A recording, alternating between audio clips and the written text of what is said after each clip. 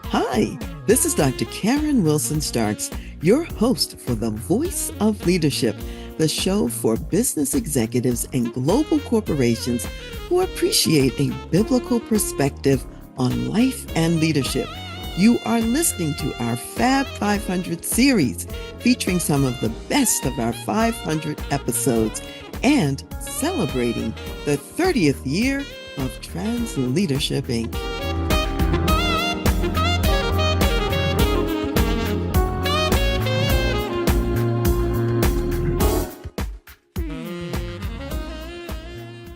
Did you know that others can hold a vision of you that you do not yet see for yourself? How do you leverage that greater vision to become the future version of yourself and then pass on those same possibilities to others? How do you use every life event as a stepping stone for your future, even those experiences that could knock you out of the game? Hi, I'm Dr. Karen Wilson Starks, your host for The Voice of Leadership and for Dr. Karen Speaks Leadership. And today's guest shares how she broke the glass ceiling to the top job in her company and continues to create pathways for others. Vera Quinn, CEO and President of Cydcor, a face-to-face sales outsourcing firm, is the first woman to become president at Cydcor.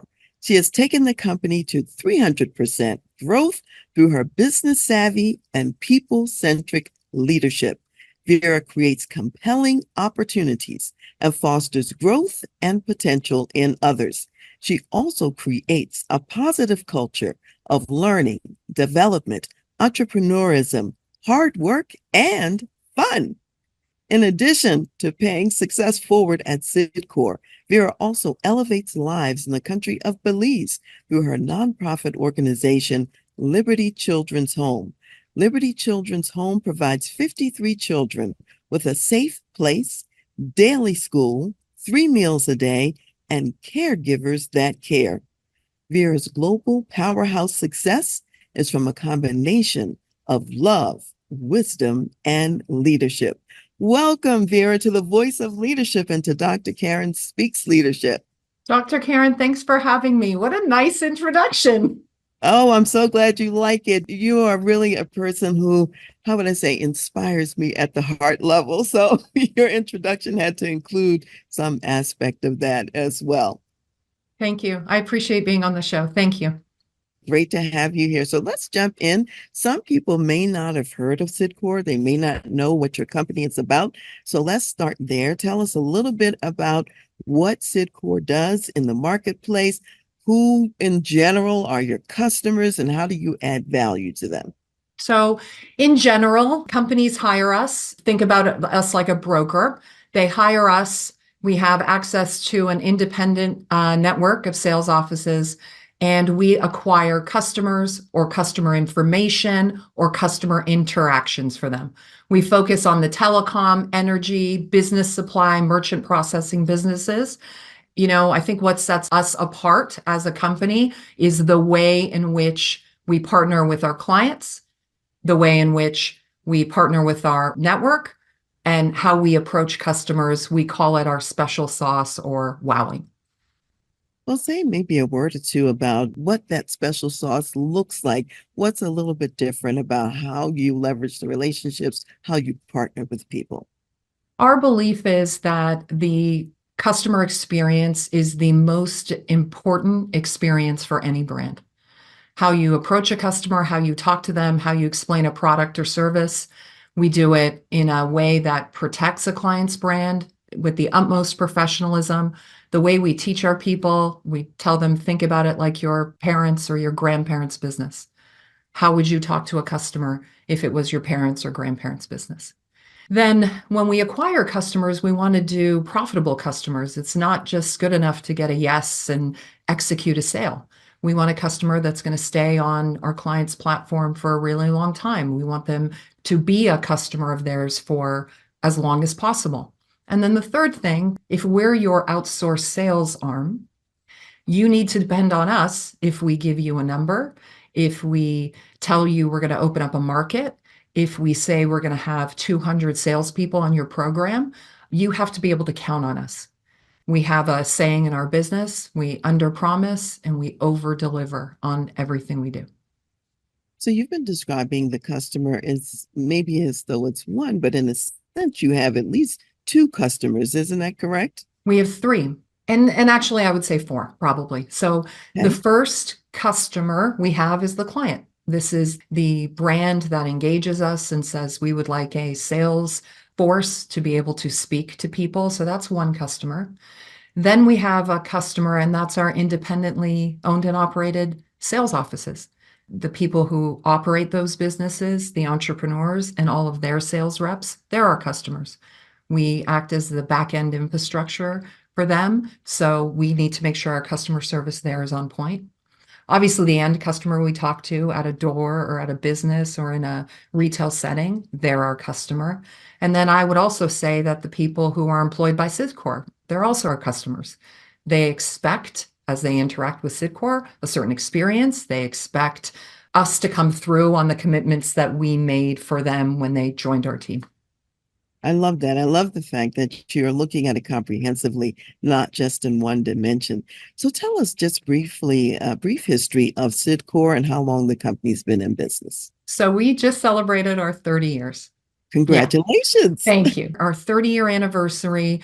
We started off in Toronto, Canada, and the business moved down to the United States in 2000. It moved down to the United States because we were bringing on a new CEO, Gary Poulsen, and this was his home. And so we moved the majority of the operations down here. And during that time, I also moved from Toronto to California. We've had I just think an incredible story, an incredible business. And, our first client, AT&T, that was our first client. And, almost 20 something, 7 years later, still our client. So yeah, it's been great. It has been a great experience. And, the business has been down here for a really long time. Obviously, we have sales offices in Canada and the US, most of the major, I like to say, NFL cities. So wherever there's a NFL team, you're probably going to find one of these independently owned offices. Okay, that's fantastic. In the opening, when I was talking about what we were going to be doing today, I mentioned that sometimes other people can have a greater vision for us than we see for ourselves. And in your case, tell us about how an early boss in your Cydcor career painted a picture of possibility for you.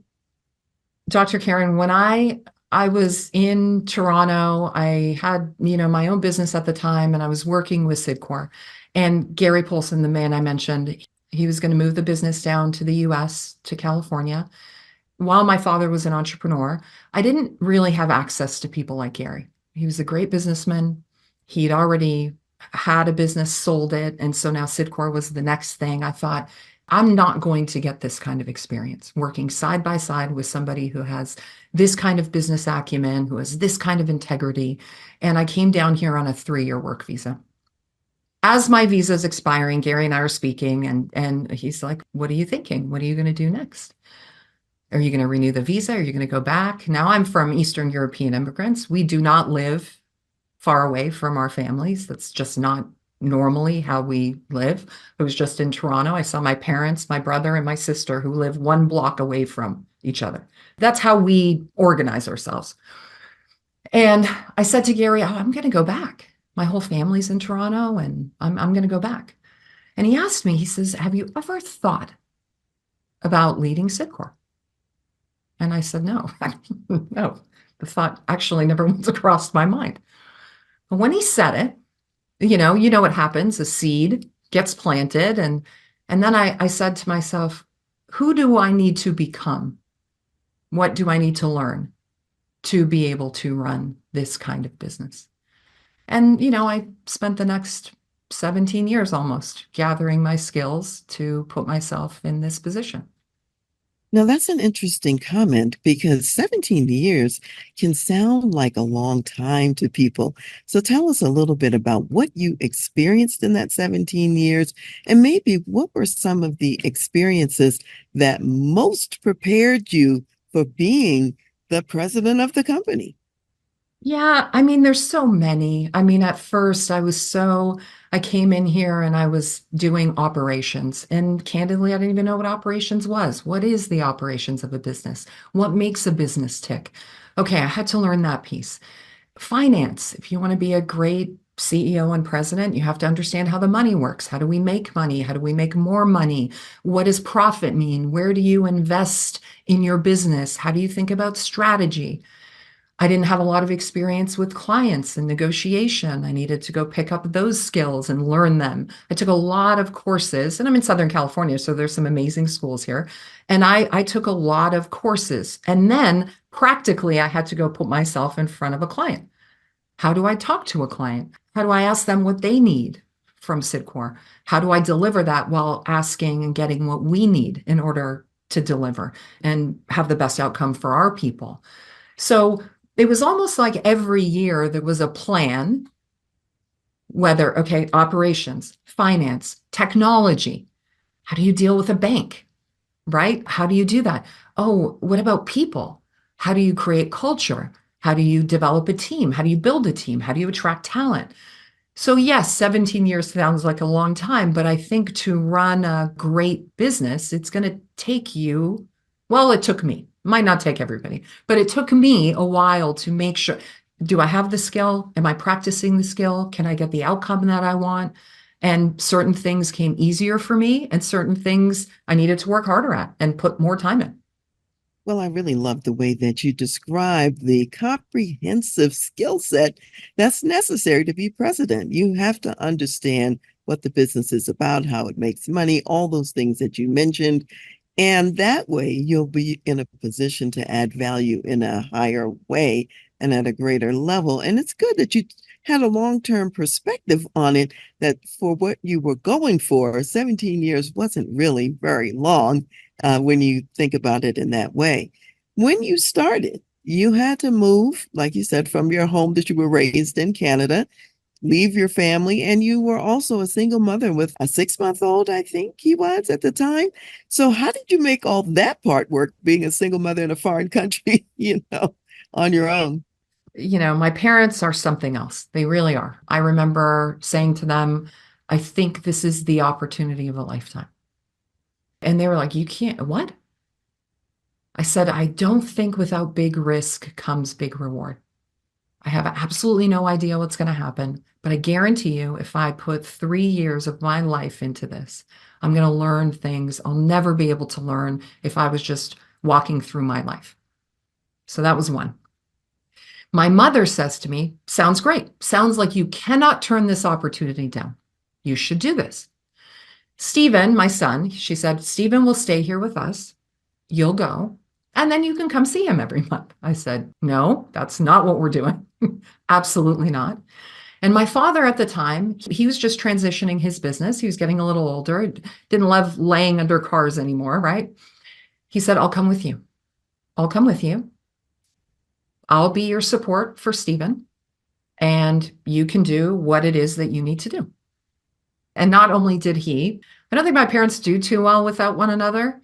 Although it's really funny because they're constantly arguing. Like I said, I just saw them. I was like, it's really funny to me, their relationship. They need to be together. Yet, I think after all this time, they have that like little bickering or whatever they do.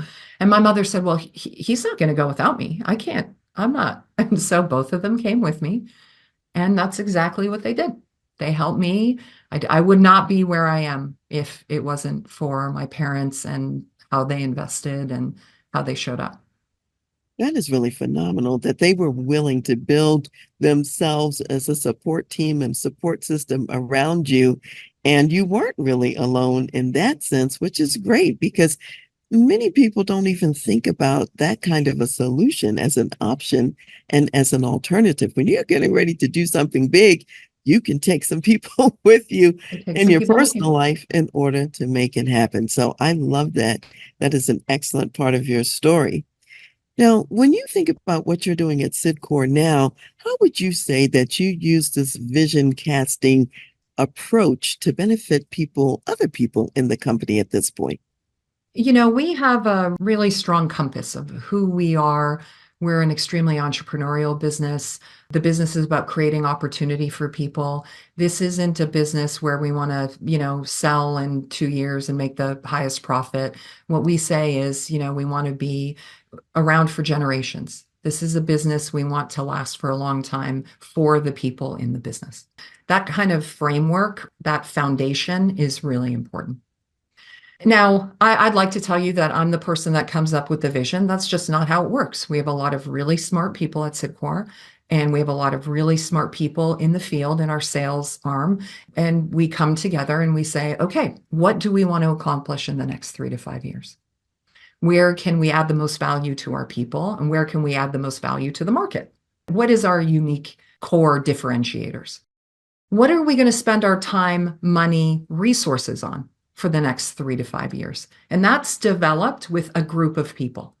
And it's not a group of people that have the same discipline. It's not a group of people that have the same ideas. We come together, we do a strategic planning session. I think many businesses may. The difference is we're revisiting those strategic plans every quarter and we'll amend. Okay, what's the next focus? Are we going down the right path? If we think about the money we're investing, is it the right investment? Do we have the right people on the team to execute some of this new stuff? And we answer those questions and then we tweak the plan. Oh, you know what? We need somebody from the events space. We want to build this events business. Okay, who's in the market? Let's go find somebody that knows how to do this, bring them onto our team, and let's have them help us develop our strategy.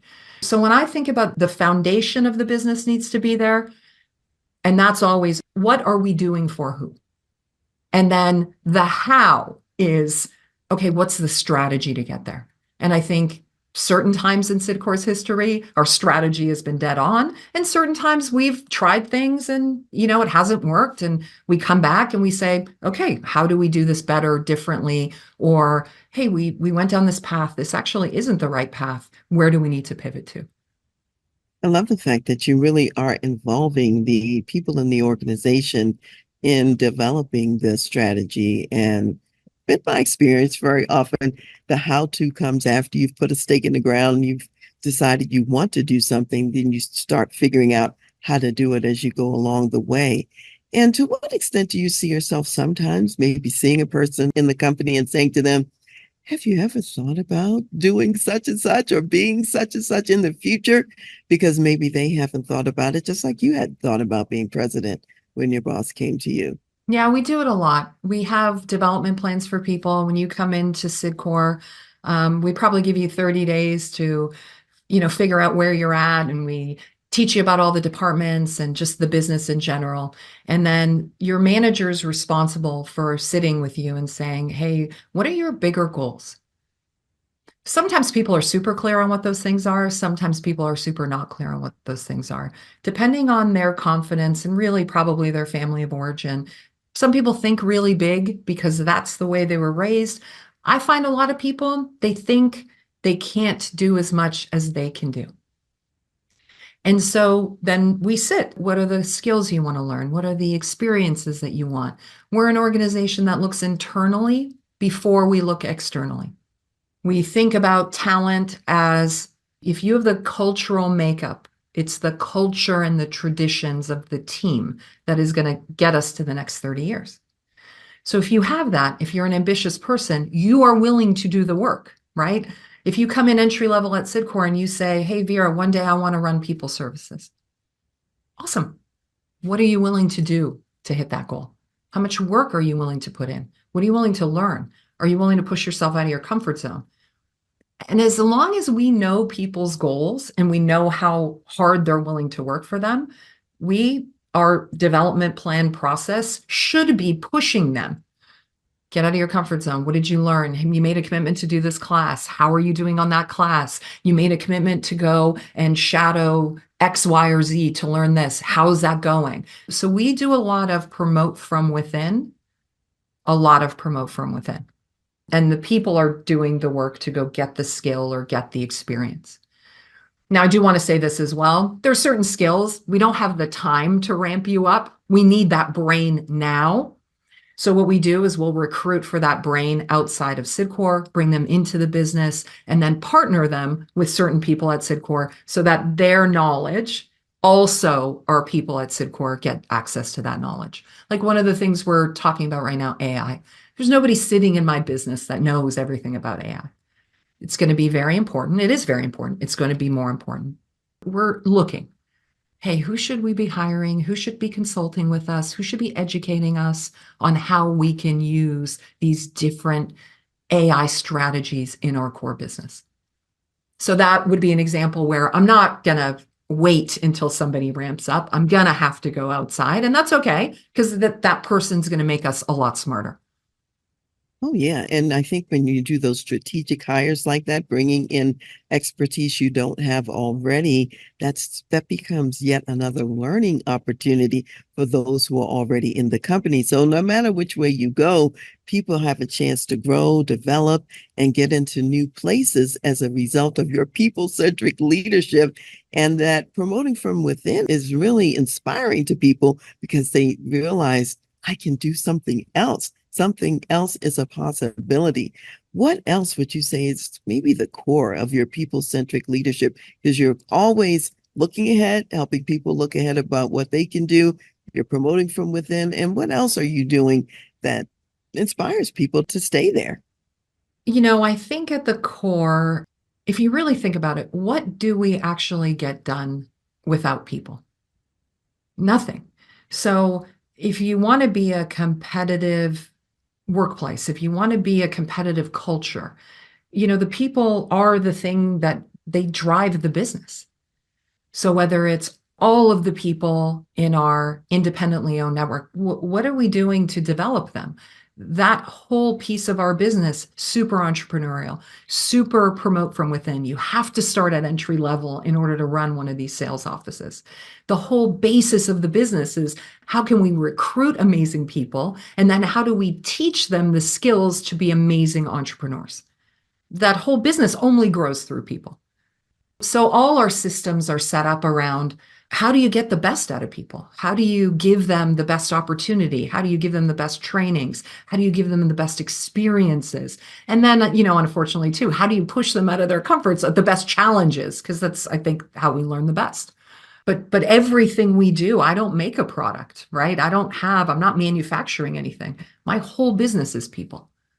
I think one thing that you said that I think we should just highlight, and that is when people join those independent sales teams, you talked about how they start at entry level. One of the things you provide is the training and skill about how to be successful. So if there's somebody out there who wants to be in sales and they want to learn, they get what I would call a deep level experience on how to make it happen. And that's valuable because not a lot of companies are investing anymore at that level to really teach people what they need to know to be successful on the job. They expect them to kind of get it on their own, to have it when they come. And so that's really a driving factor in recruitment for you as well, I would imagine. Very much, very much. This is it's all about, first of all, it's individually, right? Can I do what I need to do? Can I perform? Can I get through my own kind of gates? Sales has its rejection, it has its getting out of my comfort zone. Okay, that's my first gate, me. Then I'm responsible for teaching, developing, training other people. I'm a young person. I may or may not have that experience, and the business teaches them how to do that and be responsible for somebody and coach and develop them. And then I'm going to take a step up into assistant management and help run this particular sales office. And now I need to understand the operations of this. And now I need to understand how to recruit or, again, the financials, whatever the thing is. And then I get to go run one of these offices. I've earned the opportunity to partner with a Fortune 100 or 500 client in another city. And now I'm responsible for people and development and coming through for a client. At least in my mind, a really special business. Right. So when you first started out and you were on this trajectory to learn how to become CEO and president of the company, there had not been another woman in that position before. When you look at the company now, what are the opportunities like for women? How has the trajectory changed for women leaders and for other diverse people? It's hard for me to answer that question. And I'll tell you why. Gary was always a proponent of, I want great people. I don't care your gender. I don't care your social economic class. I don't care your race. I don't care. I just want great people around me. And if I have great people around me, then we're going to build a great company. One of the things he said to me, which I loved, there are groups of people that are underrepresented in business, but there's a lot of talent in those groups. So if I get really good at coaching and developing women, I'm going to find some amazing women. If I get really good at coaching and developing African American, great, then I'm going to go find some amazing talent. So that I think was a kind of always in the back of my mind. Okay, where is the talent? It doesn't matter. And talent looks very different, acts different. Okay, where is it? Who are the people that really want to work hard? Who are the people that have a ton of ambition? Okay, and then I'm doubling down on them. So I think a piece of it was he was really open, right? And he created a culture where it was very inviting for everybody. Now, if I grew up in a culture that wasn't like that, I'm not sure. But my expectation of myself was you have a debt to pay, and the debt is to become the best version of you. So that was my debt to pay based on my parents moving here, based on, being born in North America. Like that was the debt I have to pay. Okay. And I'm in this spot where they don't care that I'm a woman. It doesn't matter to them if I'm a woman. It doesn't matter what I am. If I'm willing to work hard, if I'm willing to do the right things, if I'm getting the result, then I can move to wherever I want to move. I look around today and I'll tell you an interesting story. I was just in Toronto for a conference and I was leaving the ladies' room and there were 4 or 5 women in there and they said, it is really cool that there's a female CEO. They were younger, 20s, late 20s, early 30s. I never looked at it that way. I just always thought, I want to do the next big thing. But I do think it's important for people to see different kinds of leaders. So when I look on my leadership team, we have a lot of different cultures on my leadership team. We definitely have, I think we're half women, half men. I think a lot of people say to me, like, you did it. I came from in a space that was really open to it. Yeah, and it's really important for people to see you in that role because then they can imagine that it's possible for them. And often, when you don't have those pictures of people already there or who have been there, people think, well, that's not an option.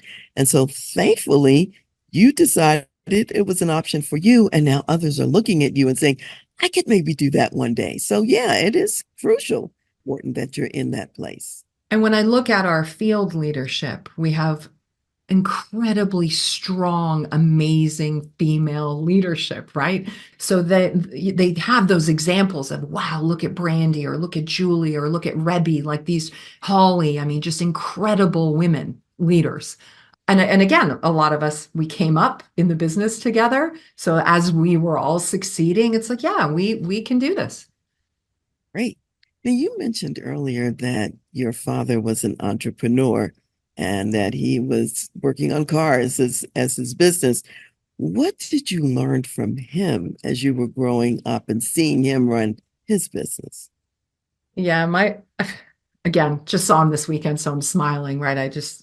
He was something else. He didn't speak a word of English. He moved to Canada and he worked with a gentleman who had a car mechanic shop. He was a German man. My father speaks 4 or 5 different languages. So he worked there for a while, tried to learn, just, hey, what is this country? What is this language? I have to learn.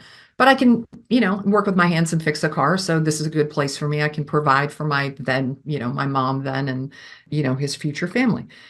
He played a lottery ticket, won $10,000 in the lottery, and he started up his own shop. And I remember going to different places in Toronto.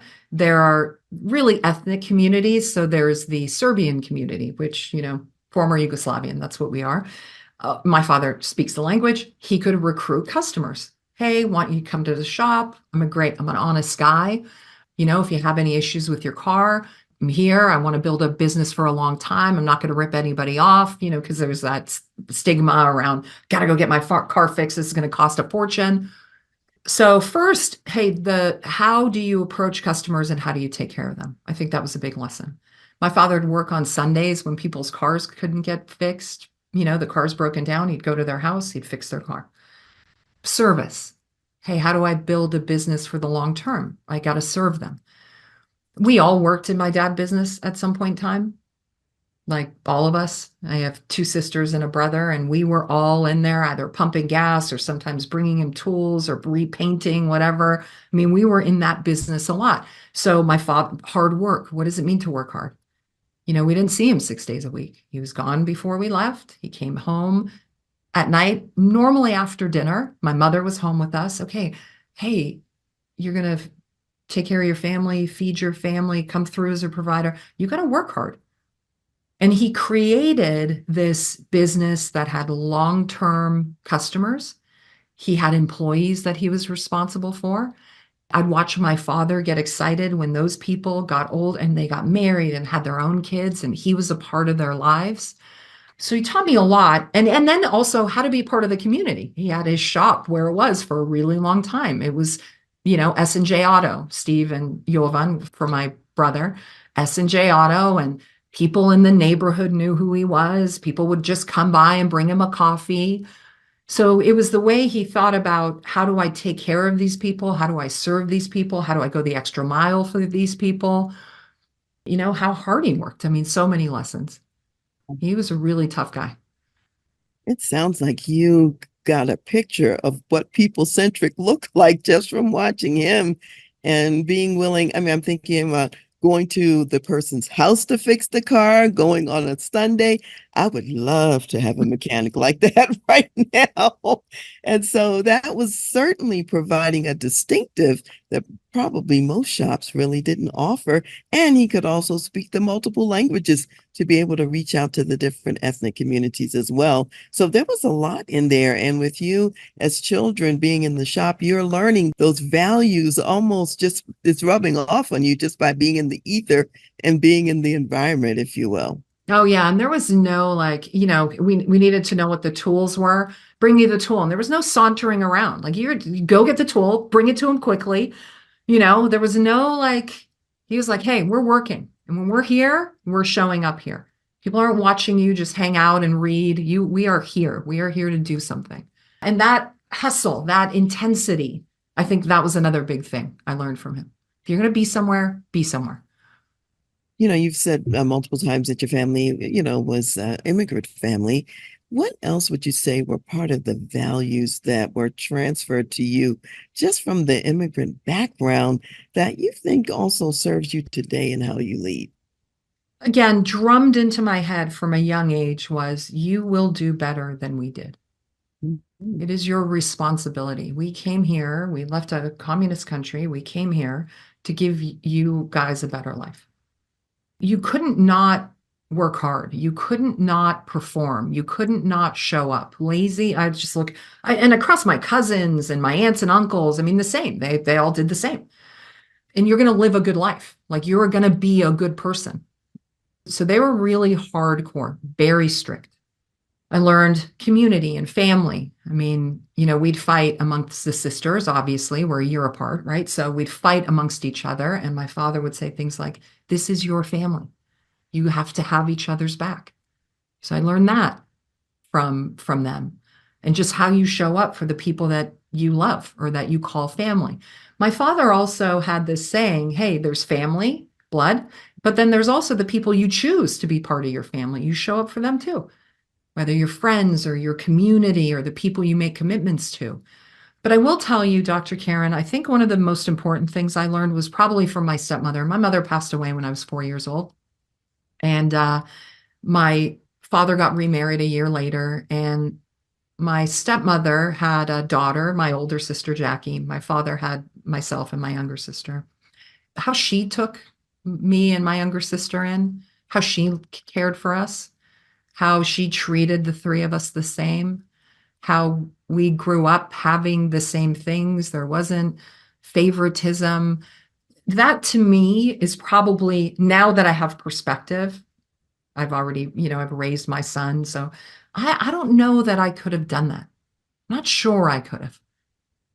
So for me, that was a huge lesson of what does it mean just to love unconditionally? Because really, I mean, we were her kids, but not her kids. The three of us grew up, for the longest time, I don't think we even realized that we weren't all born together, all sisters, right? It came later on. Oh, this is what happened. My stepmother showed up in a way that I've learned a lot. And even today, when I meet somebody and I'm like, all people want is love, and you have the capability to love everybody. So, if it's a 4-second interaction, try and just throw out some of that love. Yes, it sounds like, and I'm so glad you mentioned this issue of your mother dying because you were only 4 years old when that happened. And your stepmother, even in this conversation, you've referred to her as your mother.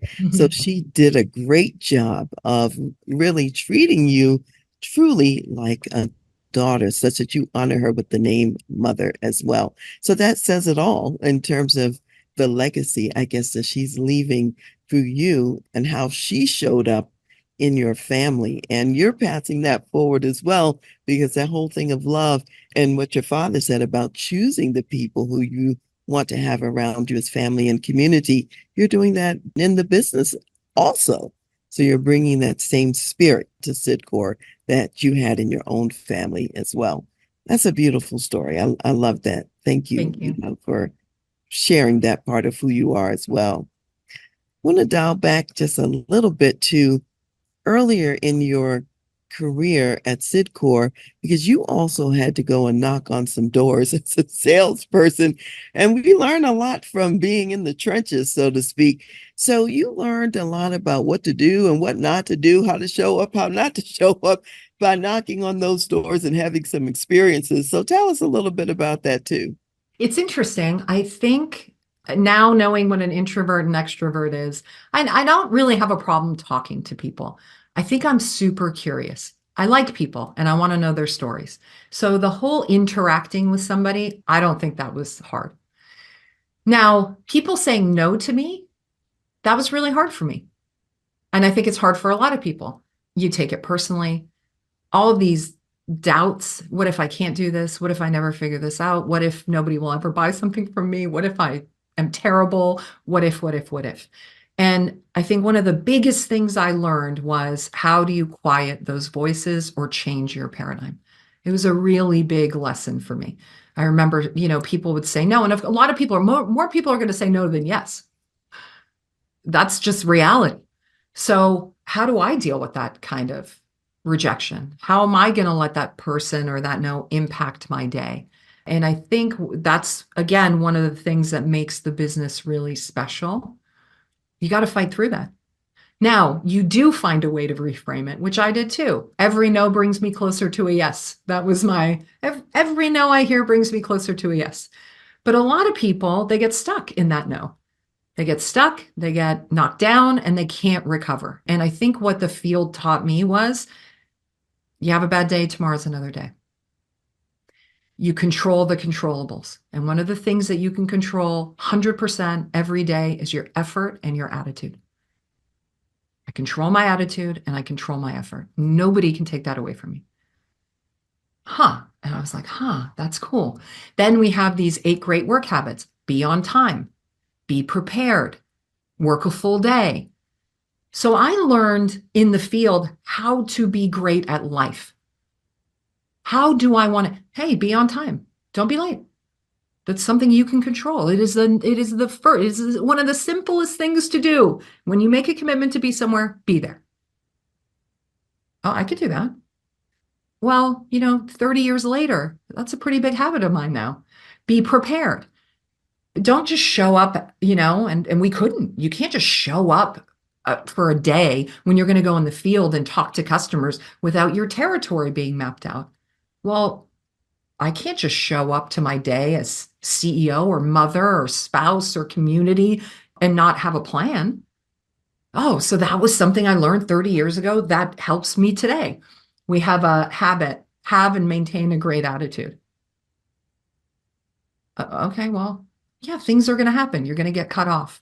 Something isn't going to go your way. You're going to get a voicemail you don't like. How do I show up for that? I choose.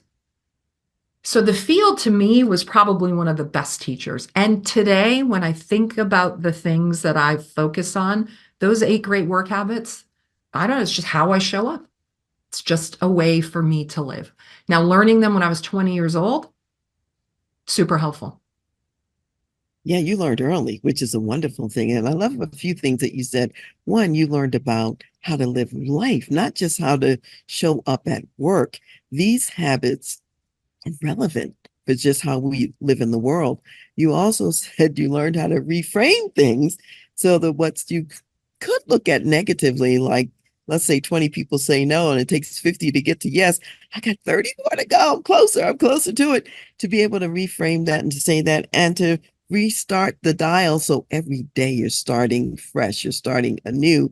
Those are some really important strategies that I think other people who are listening can use in their lives as well. So thank you for saying that and for sharing what those success factors are and what's working for you. I think one other thing, Dr. Karen, that I Sure. learned, I talked to so many people in their homes. I would knock on a door and I would talk to so many people. And one of the things that stood out to me was there were people that I met that I was like, I want this life. And then there were people that I met that I thought, I do not want this life. The field was a great teacher to me. There's the mom at home that has the 3 kids and 2 kids hanging off her, and she's got just the nicest, you could tell she's stressed and frazzled. She opens the door. Hi, what can I do for you? And you can tell she's busy. She's got her kids on, there's all this stuff going on. And she has an incredible attitude. She's super kind, doesn't know who I am. And then there were people who were just angry, like, just what do you, I want to be kind to people. I want to be happy in my life. I want to show up in a nice way for people. So that was also a big lesson that the field and just knocking on doors taught me because you're just exposed to so many things. You see so much when you're in the field and you see what you want more of and you see what you want less of. So I'm really glad that you shared those examples. It goes back to that attitude again, where we have choices. We can choose how we're going to show up in the world. So that's phenomenal. I want to take some time to really talk about your nonprofit, Liberty Children's Home in Belize, and tell us the backstory of how you started working there. And yeah, let's just hear about it. So Liberty is probably one of the most special places I've ever been to in my life. Almost 10 years ago, 2 women that I work with and they were sales leaders. There was a trip that the boys went on to somewhere doing something, and they said, "Why don't you take us somewhere?"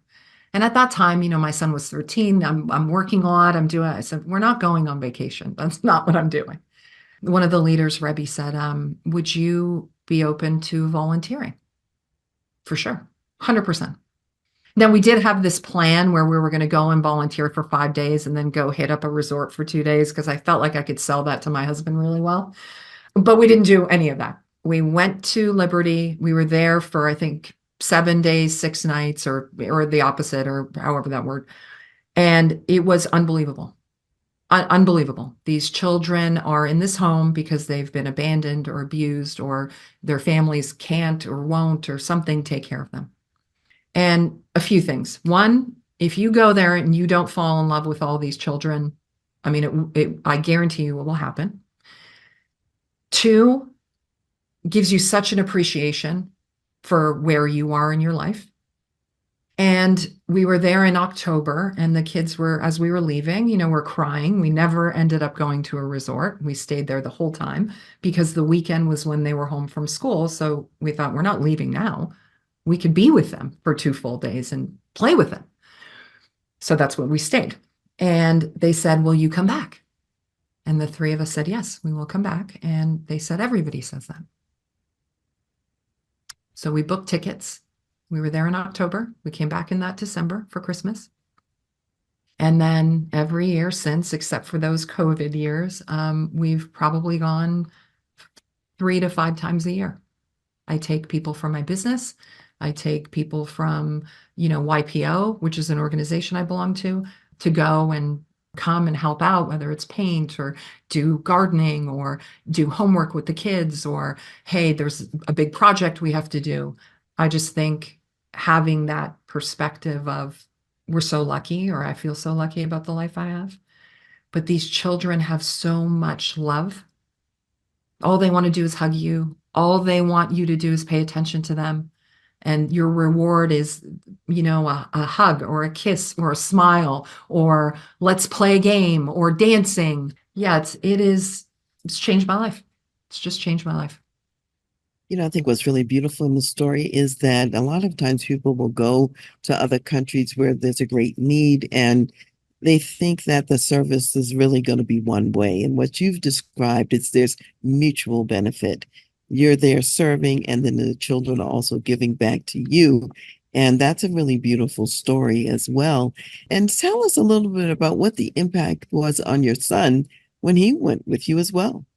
So one of the commitments, I made, I'd been going maybe for 2 years, and I was going to make a decision financially. I want to take over the responsibility for Liberty. I can't make that decision by myself, right? I have a husband and a son, and let's go down. And so we went down. The first time we went, we brought a few of Stephen's friends with him because, and their families were so into it because they're like, oh, this is going to be great. All our kids who grew up in Westlake Village are now going to go to Liberty and serve in some way. And I said to them, I said, I want to make this financial commitment. This is our family's money. This isn't, we have to be okay with this. And we went and it was unbelievable. And as we're leaving, we're in the Belize airport and it has air conditioning and Liberty does not have air conditioning. And Stephen said to me, he said, I'm so thankful for air conditioning. I said, as am I, every time I come to this airport. Mom, I'm so thankful they had these beef patties like these. As am I. And I asked them, what do you think? And he said to me, he said, people can do whatever they want with their money. He said, you're the one working, you're the one doing all this. If this is where you want to spend your time and money, he said, if anybody disagreed with that, me or dad, he said, you'd have to question us, not us question you. So I made the decision. I became the director of Liberty Children's Home. And my husband and Vanessa, who was one of the women that came with me the first time, they set up Mighty Quinn Foundation. So we have drives and donations. We have a lot of people in the field that are invested that donate a lot of money. The money goes to Mighty Quinn Foundation. It's transferred over to Liberty Children's Home. All the money goes to the home, right? So it's all about the kids' needs and then paying the staff. And we have access to both sets of books. So whoever wants to see, hey, this is where the money goes. You're not paying anybody to administer any of this. We all do this for free and in our own time. And we've involved a lot of people. And it's been, it's just been a work of, I don't know, one of the best things I'll ever do. What a beautiful story. And I think it's beautiful because you've created a whole community, even around this effort of giving to other people, and everyone is volunteering whatever it is that they're choosing to do. That's just phenomenal. I'm really, I'm just so delighted that that's what you're choosing to do to make a difference in other people's lives. Let me ask you too, and now there's a book that you say you read every year. What is that book? Tell us about it. The 7 Habits of Highly Effective People. Yep. It is the 24th January that I've read that book. Wow. Say a little bit more about why that particular book and how has it made a difference for you? I really believe in the habits. I think the way that the book is set up, it's first you have to, you move from dependence to independence to interdependence. And that's really what life is about. The best life is where we're interdependent on one another for our relationships. Or I'm an independent person, but I'm interdependent with my husband to have a good life, whether I like it or not, right? I'm interdependent with the people that I work with. So just the way the book is set up, it's like first it's a private victory. Can I be victorious over myself? Can I be proactive? Do I believe in the thought that, things happen, I have the freedom to choose my response? That to me is power. Things happen to everybody. You choose how you respond. And that choice is going to equal a proactive life or a reactive life. And so I was like, yeah, I could get behind that. And then, the second habit, begin with the end in mind. Start dreaming and thinking. And what do you want your life to be? And who do you want to be when you grow up? How do you want to be when you grow up? What are your values? How do you want to show up? How are you going to make decisions? It's, really rooted in what's your purpose? Like, what were you put here to do? And I believe, I have a fundamental belief that people have greatness in them, and all people, not just one or two, all people have greatness in them. And it's the choices we make and how we live our life on whether or not that greatness comes out. But it's there for everybody. And then three, okay, kind of logical, put first things first. Okay, what comes first? What comes second? How do I plan this out? How do I get the life I want? Now, if I can do this for myself, I move from being a dependent person to independence. Great. Okay, well, then how do I have to live with others? Think win-win. Seek first to understand, then be understood. Synergy. 1 + 1 could equal 7. The more brains, the better. And then the last one, which I think is important, is sharpen the saw. We are no good to anybody in our life unless we are good to ourselves. So the whole book structurally, how could you not get behind this? Right. So the first time I read it, it's a dense book. It's it's deep. It's not 100-page. You got to read it and think about it. They have all these exercises. How do I figure out my mission statement? What do I want people to say? When I die, like, what is my eulogy going to be? That's hard work. I don't know what I want that to look like. And so every year, what happens, Dr. Heron, is I pick up a different piece of the book. Something stands out to me. I just turned 50. So right now, sharpen the saw is really important to me. Hey, what are you doing for your health? What are you putting in your brain? How are you spiritually feeding yourself? What about your social emotional relationships? How are you investing in the saw, which is you? So this 2024, I'm like, okay, this is the habit that speaks to me the most. Last year, the habit was seek first to understand, then to be understood. It's like, hey, you got to do a lot more listening. A lot more listening. You are not interesting. You need to be interested, right? Just be more interested, like ask more questions. So every year, something, and I imagine it's something I need to work on or something that's in the back of my mind that, okay, this is a way I could be better. Oh, that piece of the book stands out to me, and then I work on it. That's phenomenal. I love that. I love that. And obviously, every time you read it, you're getting something of value. It's not like old hat. I've read this before. There is something for today, something for the present time. Yeah, and how many times have you heard something from somebody and you've heard it, you've heard the line or you've heard the quote or you've heard it, but then the seventh time you hear it, it hits different. You're like, Oh, yeah, because we're in different places when we hear it. It makes me think of the Bible. I mean, the Bible, you can read it over and over, and it's never the same book because it's alive. It's interacting with where we are as well. So, yeah, good books can be read more than once. yeah, yeah. So Absolutely. that is definitely my go-to. Okay, so Vera, we've been talking about so many things. How can people get a hold of you? They might want to learn more about Cydcor and the business. They might want to book you for speaking or just talk about any of the subjects that you've raised here today. So you could go, probably the easiest way to get me, Vera at Cydcor, CYDCOR.com.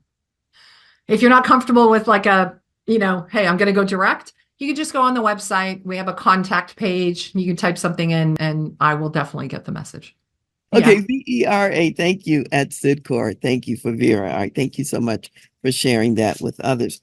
Now, what additional, because you've shared a lot today, what additional words of wisdom would you like to leave for the community of executive business leaders?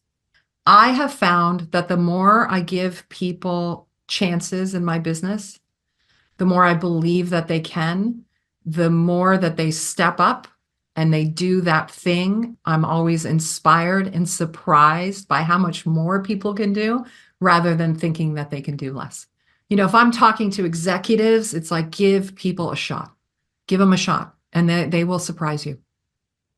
That's wonderful. And I'm think back now to your boss. He said, I can see Vera as president. He gave you a shot, right? And He so sure now did. you're passing that forward and giving other people their shot as well. So thank you so much, Vera, for being here with me today and for just speaking, I would say, comprehensively about many things in your life and business that make a difference. Thank you. Thanks for having me. It's so easy, so great. Yeah, it's just a delight to have you here as well. So we're going to close with some Bible verses that come from Galatians, the 6th chapter. We're going to start with verse 7 and go through verse 10. And it says, do not be deceived. God is not mocked. For whatever a man sows, that he will also reap. For he who sows to his flesh will of the flesh reap corruption. But he who sows to the Spirit will of the Spirit reap everlasting life. And let us not grow weary while doing good, for in due season we shall reap if we do not lose heart. Therefore, as we have opportunity, let us do good to all, especially to those who are of the household of faith. And these verses mean a lot to me, Vera, when I'm thinking about you and the messages that you've shared today, because we do reap what we sow, and we can choose what we're going to sow into our world, into our lives, and into the lives of others. And sometimes it can be hard to do the right thing. And this is encouragement. Don't get weary in doing what is good.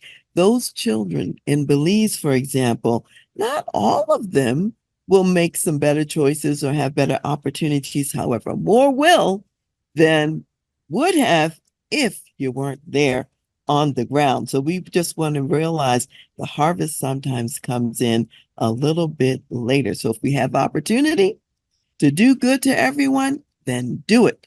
And Vera, that's what I see you sharing with us today. So to everyone out there, take that lesson to heart, go out, sow some good seed, bring in a great harvest, do good in the world.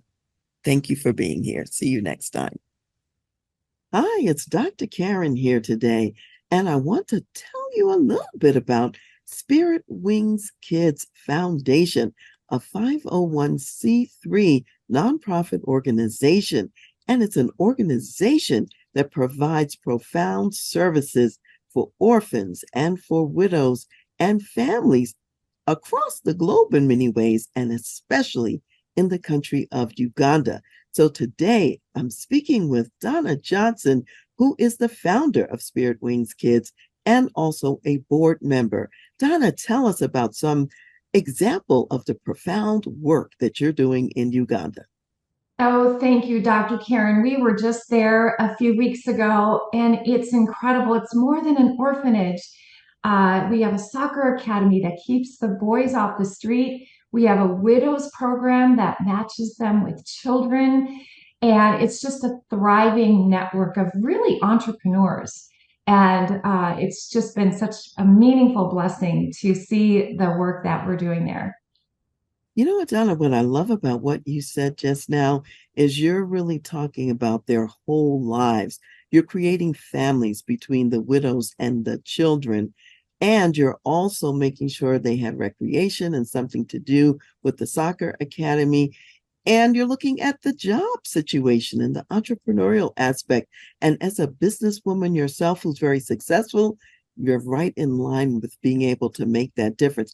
Thank you so much for the difference that you're making. And I'm inviting everyone who's watching and listening today to go to swkids.foundation and donate now. 100% of everything you donate goes to those people who are in need and who are receiving those services. Thank you so much for donating. And Donna, thank you for this ministry. Thank you for listening to The Voice of Leadership with me, Dr. Karen Wilson Starks.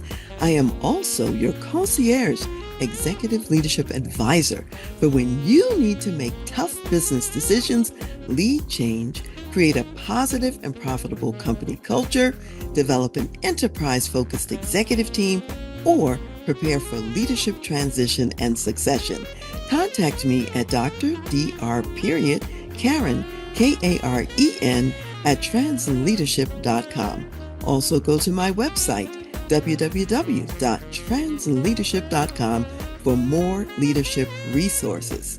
I want to give special thanks to Ron McMillan, gospel jazz saxophonist, National Billboard recording artist, also known as Mr. Sirius XM, for allowing us to use his gifted music on our show, and to Chad Barr of the Chad Barr Group for serving as our show producer. Thank you for joining me today, and I'll see you next time.